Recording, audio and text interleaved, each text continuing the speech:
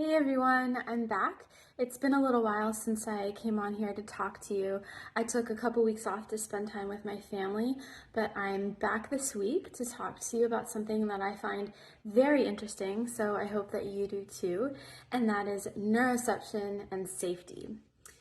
You might be aware, especially given the language that is becoming more and more common nowadays, that we all have a nervous system.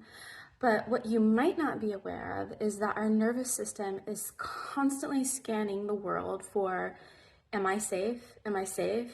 Is this safe? Are you safe? All the time. The nervous system is our personal surveillance system.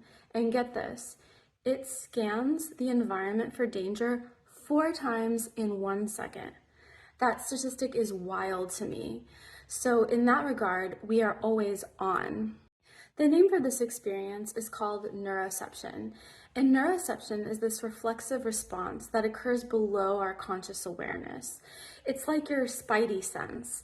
We're scanning inside our bodies, we're scanning the environment around us, and we're also scanning interpersonally in relationship. Some examples of how this might play out in the real world is when clients come to me and they say, I feel so hypervigilant when I walk into a room. I wish I wasn't so on edge when I walked into a room.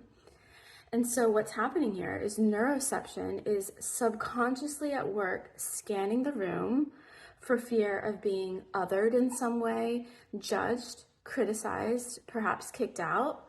Am I going to fit in? Is there going to be a place for me to exist as I am?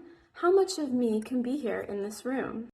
Now, people who have more experiences of feeling unsafe in their body and in the environment are going to have more experiences of neurocepting cues of danger and overlooking cues of safety. There's a sound, a food, a feeling, a smell that is coupled with some old experience of overwhelm and not enough safety. And so our work together is to bring the implicit work that is happening below our conscious awareness and bring the work of the nervous system into explicit awareness so that we can acknowledge what the cues of threat are and actively start looking for those cues of safety.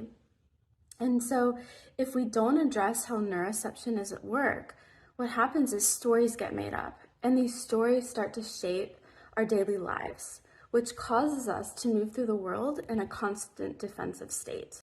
As you can imagine, moving through the world in a constant defensive state is not ideal for health, growth, and restoration, let alone being and staying and maintaining a healthy relationship.